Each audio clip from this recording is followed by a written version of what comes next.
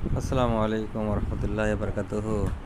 সুপ্রিয় দর্শক, আপনারা দেখতে পাচ্ছেন গ্রামের নতুন বৃষ্টির নতুন পানিতে বাচ্চাদের সাথে ছিপ দিয়ে মাছ ধরছি। প্রথমে কিছু খোল, অন্যান্য কিছু ডাই, আমডাইয়ের ডিম দিয়ে চার পেতে নিতে হয়। এরপরে পাউরুটি দিয়ে আটা করে সেই আটা দিয়ে মাছ মারতে হয়। আমরা বসছি মাছ, নতুন পানিতে ছোট ছোট পুঁটি মাছ আসছে, সেগুলো আমরা মারছিলাম বাচ্চাদের সাথে বসে।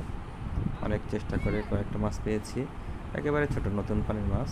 তবে এই তপ্ত দুপুরে বসে বসে মাছ মারার আলাদা একটা মজা। সেই শৈশবে ফিরে গিয়েছি আবার।